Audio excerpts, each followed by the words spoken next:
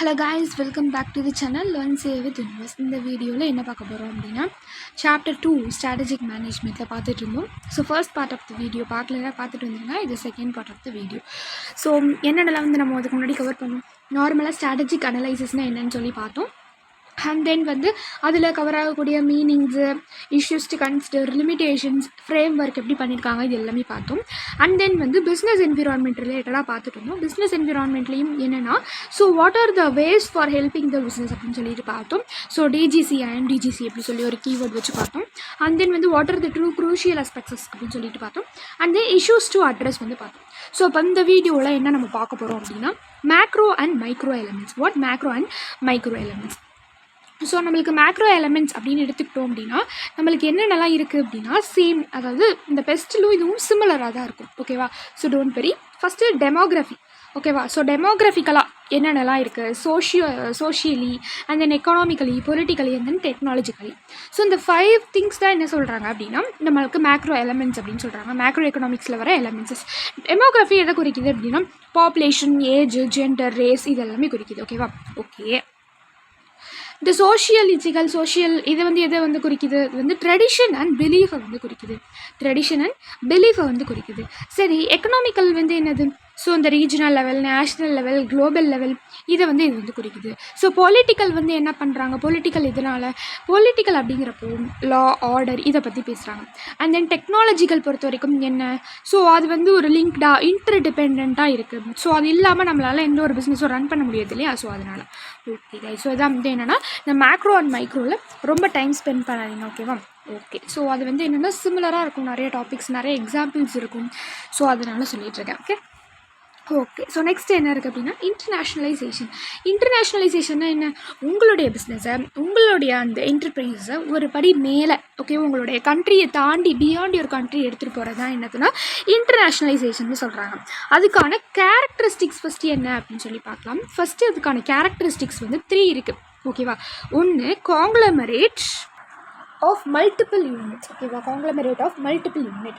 So அது எப்படின்னா இது வந்து இந்த பிஸ்னஸ் அப்படிங்கிறப்போ ஒரு ரீஜனில் நம்ம வச்சுருப்போம், இதுக்கு முன்னாடியே வச்சுருந்துருப்போம்.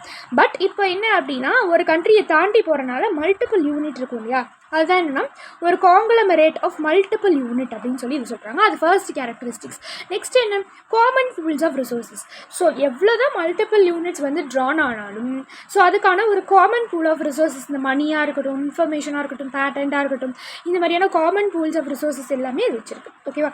ஓகே. நெக்ஸ்ட் என்னது, இதுக்கான காமன் ஸ்ட்ராட்டஜி. ஸோ என்ன தான் வந்து மல்டிபிள் டிஃப்ரெண்ட் நேஷன்ஸில் இருந்தாலும் காமனான ஒரு ஸ்ட்ராட்டஜி தான் இதில் அப்ளை பண்ணுவாங்க. ஓகேவா? ஸோ நெக்ஸ்ட்டு என்ன அப்படின்னா ஸோ இதில் தான் என்னது கேரக்டரிஸ்டிக்ஸ் ஆஃப் த இன்டர்நேஷ்னலைசேஷன் வந்து குளோபல் பிஸ்னஸ். ஓகேவா? ஓகே.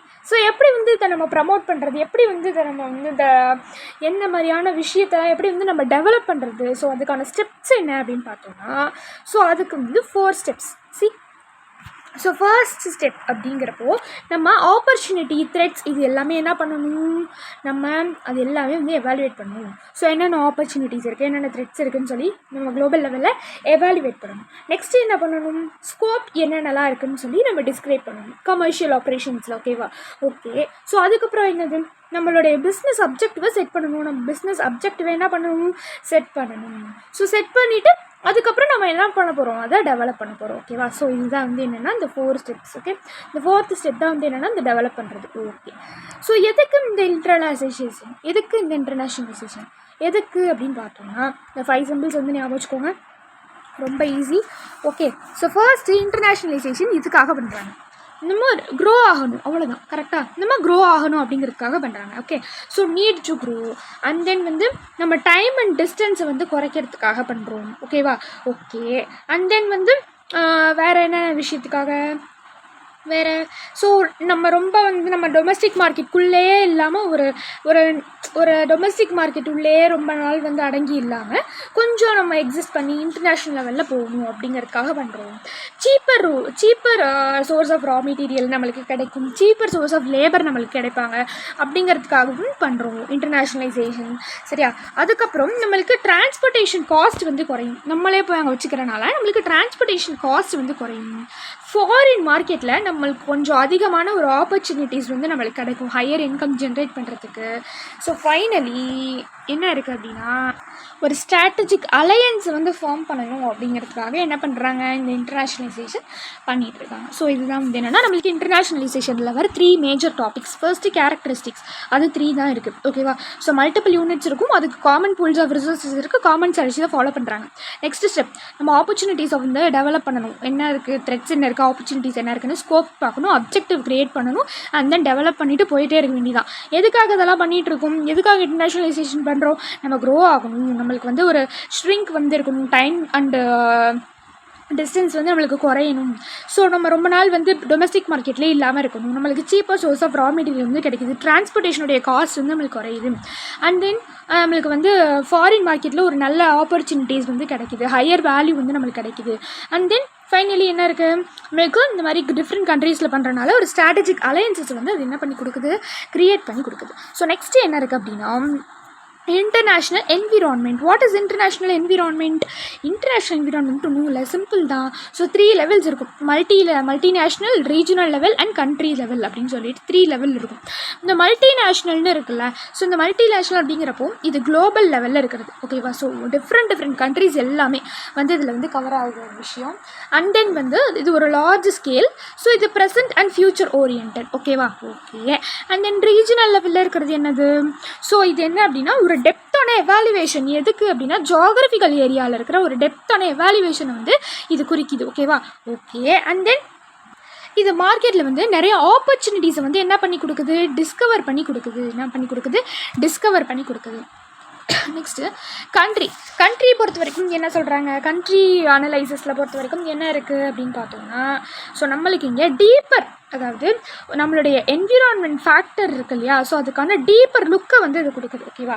ஸோ ஒரு எப்படி சொல்கிறது, ஒரு என்னென்ன இம்பார்ட்டண்ட்டான என்விரான்மெண்ட் ஃபேக்டர்லாம் இருக்கும் அதுக்கான ஒரு டீப்பர் லுக்கை வந்து இது கொடுக்குது. ஸோ எக்கனாமிக்கலாக, லீகலாக, பொலிட்டிக்கலாக, கல்ச்சுரல் டைமென்ஷன் என்ன ஸ்டடியாக இருந்தாலும் அது என்ன பண்ணுது அப்படின்னா சக்ஸஸ்ஃபுல்லாக பிளான் பண்ணுறதுக்கு அது வந்து கொடுக்குது.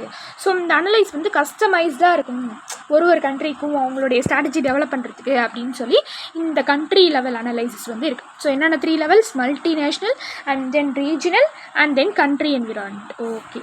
ஸோ இதுதான் வந்து என்னென்னா நம்மளுக்கு பிஸ்னஸ் என்விரான்மெண்ட்டில் கவர் ஆகிருக்க டாபிக். ஓகேவா? ஸோ இந்த டாபிக் தான் வந்து நம்மளுக்கு பிஸ்னஸ் என்விரான்மெண்ட்டில் கவர் ஆகிருக்கு. ஸோ அதோட நம்மளுக்கு என்ன முடிஞ்சிருச்சு, பிஸ்னஸ் முடிஞ்சிருச்சு. ஸோ காமனாக ஸ்ட்ராட்டஜிக் அனலைசிஸ் எல்லாமே பார்த்தாச்சு. இப்போ அடுத்தது வந்து என்ன பார்க்க போகிறோம், ப்ராடக்ட் அண்ட் இண்டஸ்ட்ரி. என்ன பார்க்க போகிறோம், ப்ராடக்ட் அண்ட் இண்டஸ்ட்ரி. ஓகே.